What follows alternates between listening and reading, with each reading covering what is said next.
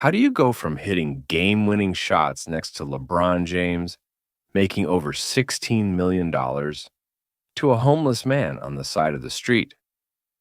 I'm not the leader. All the gang. This is Delonte West's story.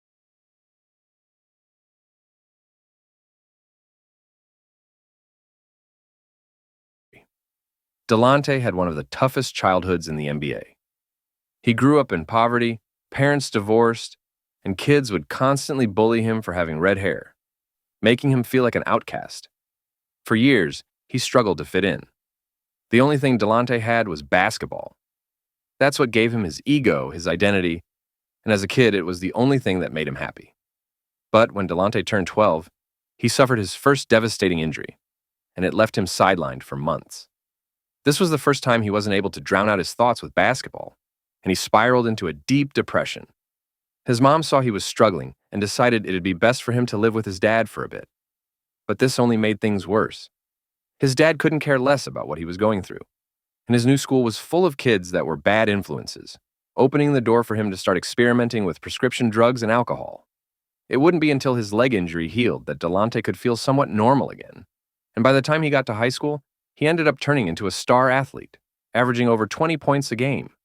It was obvious this kid had all the talent to make it to the NBA, and then in college, he took things to another level.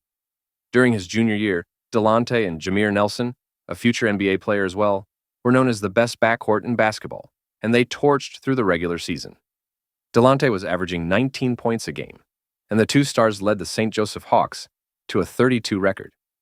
This officially put Delonte West's name on the map, and with the 24th pick in the 2004 draft, it became official. The Boston Celtics selected Delonte West, and he accomplished his childhood dream. But as quick as things went up for Delonte, they began crumbling down. Injuries derailed his first few years in the NBA, and it wouldn't be until a trade in 2008 that the world would really get to know him, for good and bad. Delonte was traded to the Cleveland Cavaliers, giving him the opportunity of a lifetime, playing with LeBron James as the Cavs' starting point guard. This was the moment he was waiting for, but his years with the Cavs would also be filled with controversy. It started with him lashing out at teammates during the preseason, which made the Cavs force Delonte to take a break and talk with a doctor, and he ended up being diagnosed with bipolar disorder. This meant Delonte would have extreme emotional highs and lows, so he started taking medication, talking to professionals, and learning to live with this. But that was just the beginning of his troubles. Behind the scenes, Delonte had a secret life that no one knew about. In September 2009, he was arrested while riding through D.C. on his motorcycle. He was pulled over and had 3 different guns on him.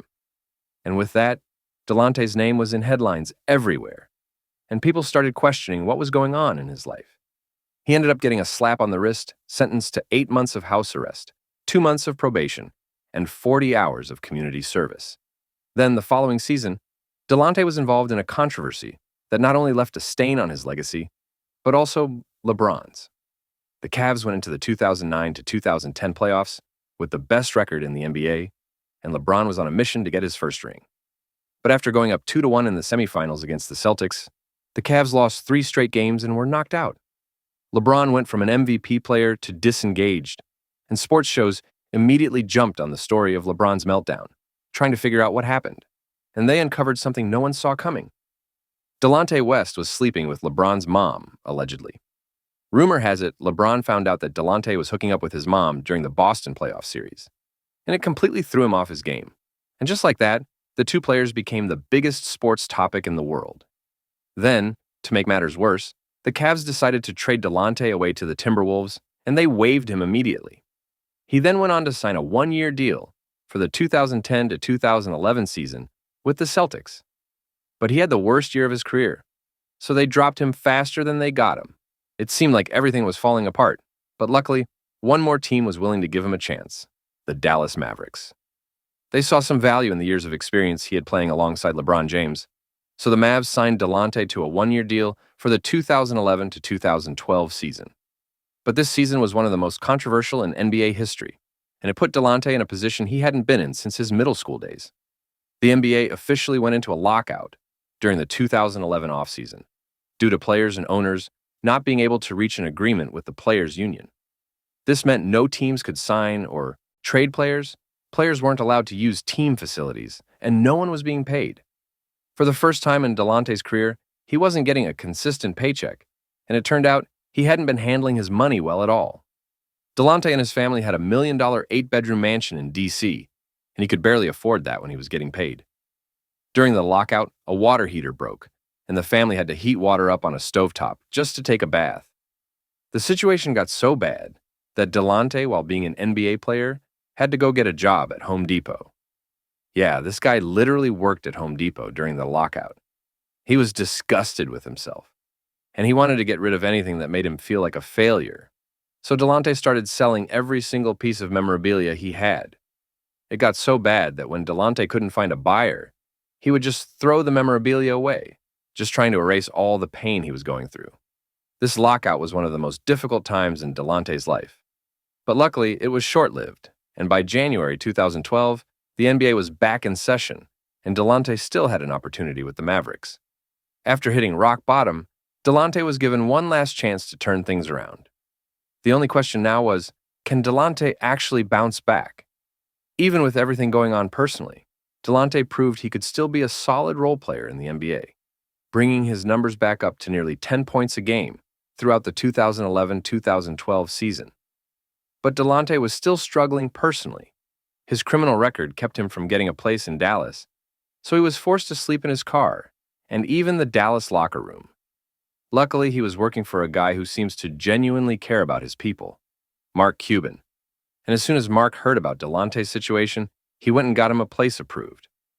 Delonte seemed like he had a great setup here in Dallas, but still, he couldn't stay out of his own way. Going into the 2012 to 2013 season, Delonte signed another one-year contract with the Mavs, and he was playing hard during the preseason games, a little too hard. He started snapping at not just officials, but his teammates, and this all hit a boiling point on October 15th. After a preseason loss, Delonte went ballistic on his teammates in the locker room, and the Mavs had enough, so they suspended Delonte for conduct detrimental to the team as a warning shot. But just 10 days later, Delonte blew up on his teammates again after another preseason loss, so the Mavs hit Delonte with another suspension, and just a few days later, he was waived from the team, officially marking the end of his NBA career. At the time, Delonte was renting an apartment with a balcony that overlooked the Mavericks arena, and Delonte sat up on that balcony for days, watching fans pile into the arena, crying his eyes out, thinking about what could have been, but he had to move on. For a couple of years, he played for teams out in China and Venezuela, but never found stability. In 2015, Delonte made his way back to the U.S., playing for the Texas Legends in the G League. But it wasn't long before he suffered a season-ending injury in April of 2015. This marked the end of Delonte's basketball days and opened the door for the darkest chapter of his life yet. Delonte West completely disappeared. No one was talking about him. No one had any idea what he was up to until these pictures went viral in 2016. A fan ran into Delonte at a gas station and recognized him, so he wanted a picture. But what he got was a weird experience. The fan posted these pictures with the caption, "Bro had a hospital robe on like he escaped from the psych ward or something." I asked what happened, and he said life. Damn. It's clear just looking at these pictures that he wasn't on planet Earth.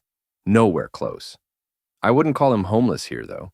It looked like he was going through a lot, and it was taking a toll on him for sure, but homeless, not yet. After these pictures went viral, we wouldn't hear the name Delonte West for years. No one knows what he was doing. All we know is that the next time we saw him, he was in a graphic viral video, being attacked in the middle of a highway. This started going viral in early 2020, and there is a part 2 of the aftermath, showing Delonte West shirtless, handcuffed, and in a rage. At this point, it was more than clear Delonte West needs help immediately. And as these videos went viral, Delonte's former college teammate Jameer Nelson posted this message online, begging for Delonte to get help and spreading awareness on how serious mental health really is. But nothing really came of this, and it wasn't long until he once again disappeared for months. The next time we saw Delonte was September 2020, and it was clear that he was at rock bottom. What does a homeless NBA player look like?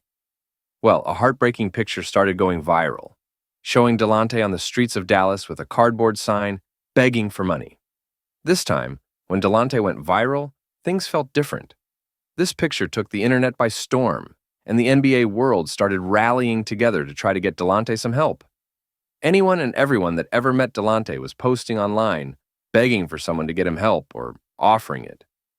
Even LeBron wanted to fly Delonte out to LA and offered to spend whatever money it took to get him back on his feet, but no one could find him.